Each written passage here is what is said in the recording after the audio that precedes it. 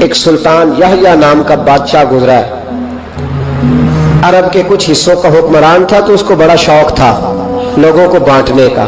دو قسم کے لوگ ہوتے ہیں نا، کچھ کو جمع کرنے کا شوق ہوتا ہے، کچھ کو شوق ہوتا ہے کوئی روٹی کھا لے۔ حضرت ابراہیم علیہ السلام بغیر مہمان کے کھانا، کچھ ایسے بھی ہوتے ہیں جن کے گھر بندہ چلا جائے تو پتیلی پہ ڈھکنا دے لیتے ہیں۔ اپنا اپنا فرق ہے نا جی، ہر آدمی کا اپنا اپنا ذوق ہے، منت کرتے ہیں کسی کی۔ مجھے بڑی بات پسند ہے شیخ سعدی کی، قرضے لے لے کے مہمان نوازی کرتے تھے۔ ایک دن سارے مقروض کٹھے ہو گئے، کہنے لگے بابے پیسے دے۔ بابا جی کہتے ہیں وہ پیسے مانگ رہے ہیں، مجھے ٹینشن ہے کہ انہوں نے کھوایا کچھ نہیں، مجھے پریشانی لگی۔ ایک بچہ کوئی چیز بیچ رہا تھا، وہ کھیل مرونڈا نہیں بیچتے بچے، وہ بیچ رہا تھا تو آ گیا، تو کہنے لگا لینی ہے، تو بابا جی کہنے لگے میرے مہمانوں کو کھلا دے ساری۔ بچہ بھی راضی ہو گیا کہ سارا اکٹھا ہی گاہک مل گیا ہے، تو سارا جب کھلا دیا کہنے لگا پیسے، تو شیخ سعدی فرمانے لگے تو بھی بیٹھ جا، یہ سارے پیسے لینے آئے ہوئے ہیں، بیٹھ جا، ان کے پیسے انہیں ملیں گے تو تجھے بھی۔ تو بچہ رو پڑا، رویا، کہنے لگا میں تو یتیم ہوں، 4 بہنیں چھوڑ کے آیا ہوں، اماں کی دوائی بھی لے کے جانی، مجھے تو پیسے چاہیے۔ بچہ رویا تو شیخ سعدی کا ایک مرید آیا، اس نے لا کے نظر پیش کی کہ حضور یہ نذرانہ ہے، 400 دینار لایا۔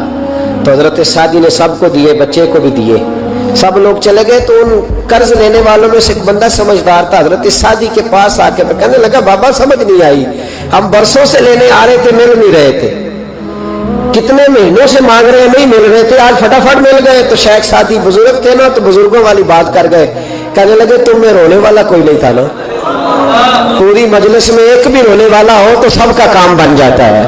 رونے والا عاشق دا کم رونا توڑا، اے بنا رویو نہیں منظوری، بنا رویو نہیں منظوری، تے بنا رویو نہیں منظوری، عاشق سدا ہی ہوندا رہندا، پاویں وصل ہوئے تے پاواں دوری کا۔ رونے والا ایک آ گیا ہے تو سب کا کام بن گیا ہے۔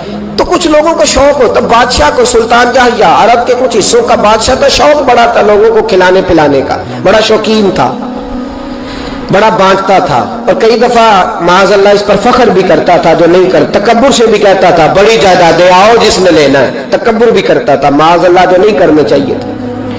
ایک دن جامع مسجد کے باہر کھڑے ہو کے نا بانٹنے لگا، کوئی فقیر آیا تو ایک مٹھی بھر کے اشرفیاں دے دی، کسی کو سونا دے دیا، کسی کو چاندی دے دی۔ ایک درویش بابا جی کونے میں بیٹھے ہوئے، اسی کسی دے کچھ بھی نہیں لگ دے، کوئی ضرورت نہیں، کونے میں بیٹھے۔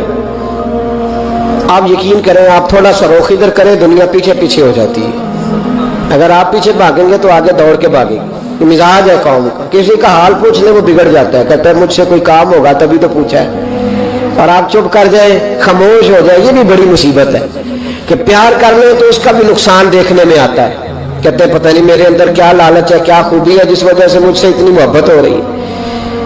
وہ بابا جی کونے میں توجہ ہی نہیں کی، جب توجہ نہ کی تو سلطان کی توجہ خود بخود ہو گئی۔ سلطان یحییٰ کہنے لگے بابا کوئی قابل توجہ آدمی ہے، سب لوگ لائنوں میں لگے ہوئے بھاگ رہے ہیں، بادشاہ آیا ہے، یہاں تو شادی پہ کھانا کھل جائے تو بڑے بڑے امیروں کا پتہ چل جاتا ہے کہ بننے کیا لگا ہے، کہتے پتہ نہیں دوبارہ چھوٹے گوشت کی ٹرے آئے گی کہ نہیں آئے گی، اور اتنا سارا رکھ لیتے ہیں کہ علمان والا فیس، بڑے بڑے امیروں کے پول کھل جاتے ہیں، پتہ چلتا ہے کتنے تگڑے امیر ہیں۔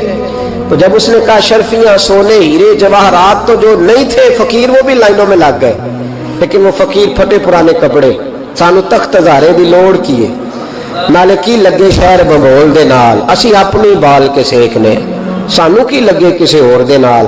اور اقبال نے اس کی تشریح کی، اقبال کہنے لگے ہوا گو تند و تیز ہے لیکن چراغ اپنا جلا رہا ہے، ہوا گو تند و تیز ہے، تیز ہوا میں چراغ نہیں جلتے، ہوا گو تند و تیز ہے لیکن چراغ اپنا جلا رہا ہے، وہ مرد درویش حق نے جس کو عطا کیے ہیں انداز خوش روانہ، فرماتے ہیں جسے اللہ نے بے نیازی دے دی، لالچ سے دور کر لیا، وہ کسی کی پرواہ، وہ اپنا چراغ جلاتا ہے، اپنی مٹی پہ چلنے کا سلیقہ سیکھو، سنگ مرمر پہ چلو گے تو پھسل جاؤ گے۔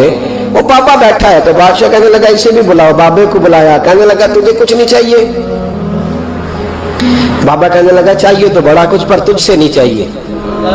کہا کس سے چاہیے؟ فرمایا اس سے چاہیے جو دے کے حساب نہیں پوچھتا، بغیر حساب دیتا ہے، اس سے چاہیے۔ کہنے لگا نہیں، دروازہ کھلا، تو بھی لے لے۔ بابا کہنے لگا میں لے تو لوں پر تو دے کچھ نہیں نہ سکتا، बादशाह को गुस्सा आया, अकड़ थी, तकब्बुर था, कहने लगा तू क्यों नहीं मैं दे सकता, तू सवाल कर। तो बाबे ने साथ वाले फकीर से लकड़ी का काला प्याला पकड़ा, होते ना फकीरों के पास मांग, लकड़ी का काला प्याला, तो कहा लो दे दो कुछ। उसने फौरी तौर पर सोने की अशरफियां मुट्ठी भरी और लकड़ी के प्याले में डाली। अब जब प्याले में डाली तो कड़ कड़ की आवाज तो आई, पर पता नहीं वो किधर गई सारी अशरफियां। दूसरी मुट्ठी डाली तो फिर कड़ कड़ की आवाज आई, पर अशरफियां किधर गई कोई पता नहीं चला। तीसरी, चौथी, पांचवी, बाबे का प्याला खाली का खाली, 2 दफा भी, 4 दफा भी। ये बादशाह लोग जिद्दी होते हैं, मानते नहीं जल्दी। मैंने किसी ने बता दिया होता है ना सारा कुछ तुम ही हो, अड़ जाते। हाँ हाँ, जो जिस मनसब पे भी बादशाह होता है अड़ जाता है। उसने कहा मैं भी जिद्दी हूँ, प्याला भर के छोड़ना है। एक बोरी मंगा ली, दूसरी मंगा ली, तीसरी मंगा ली। बाबा खुश है, मुतमईन है, चलो डालो, तुमने कहा था मिलेंगी। अब वो मुट्ठी डालता, कभी अशरफियां, कभी हीरे, कभी चांदी, पर पता नहीं किधर जाती। बिल आखिर आहिस्ता आहिस्ता बैक होने लग गया। वजीर कहने लगा बादशाह पीछे से बोरियां खत्म हो गई है, अब नई मंगाने लगेंगी, पीछे कोई चीज भी नहीं, खत्म हो गया सारा कुछ। इंसान किसी को क्या दे सकता है? क्या हाँ वो इंसान बड़ा नवाजते हैं जिनके पास खजाने भी अल्लाह के दिए हुए होते हैं, वो नवाजते हैं लोगों, वो नवाजते।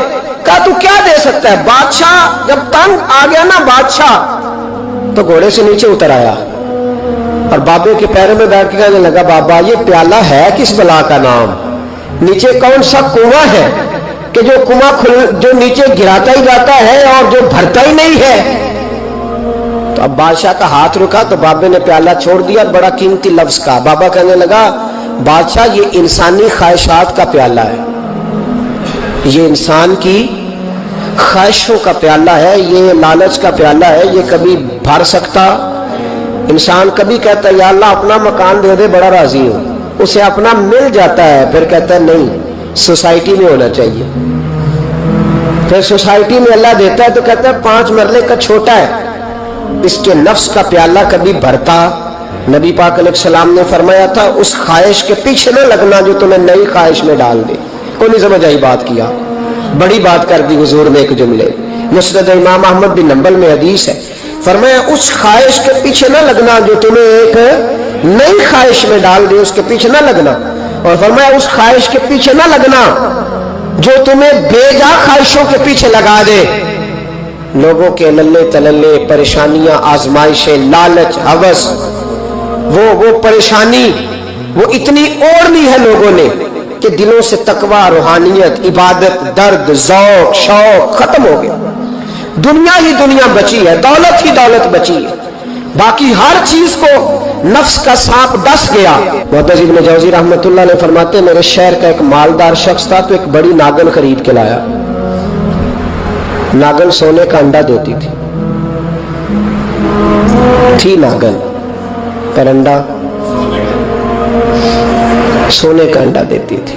उसके बाल बच्चों ने भी, एक ही बेटा था, बीवी थी, उन्होंने कहा अब्बा नागन है, इसका काम दसना है, तो तू ख्याल कर। क्या कहा था हज़रत सुल्तान बहु ने, खारे खूह कदी मिठे नहीं थींदे, भावे सै मना गुड़ पाइए, ते सप्पां दे पुत कदी मिठ नहीं थींदे, भावे चूलियों दूध पियाइए, इसकी फितरत में डसना है। ये डसेगी, बात खत्म हो गई। का नहीं, सोने का अंडा देती है। रख लिया घर में, बकरी रखी हुई थी, पालतू बकरी, बकरी को नागन ने डस लिया, बकरी तड़प के मर गई।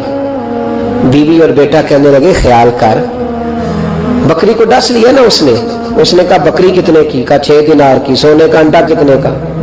का 50,000 दिनार का। तो कहने लगा छोड़ो, अंडा तो मिल रहा है ना, अगरचे नागन है, अंडा तो आ रहा है ना। कुछ दिनों के बाद घर में घोड़ा रखा था, घोड़े को डस लिया, तड़प के मरा घोड़ा। उसको फिर समझाया बीवी और बेटे ने कि बस कर दे, ये नागन है, ये डसेगी। उसने कहा घोड़ा कितने का? 20 दिनार का। तो अंडा कितने का? 50,000 दिनार का। तो छोड़ो, घोड़ा मरने तो नया ले आएंगे। अल्लाह अकबर। एक नौकर घर में रखा था जानवरों को चारा डालने को। अचानक उसने चारा जो उठाया तो अंदर वो नागन बैठी थी, उसने हाथ पे डसा, गरीब ने चीखे मारी, चीखे।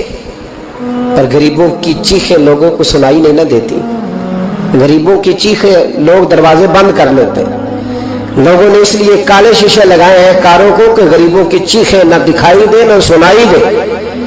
नागर ने डसा, चीखने लगा नौकर, लेकिन गरीब का खून भी सस्ता होता है ना, उसका सारा वजूद जहर से फट गया।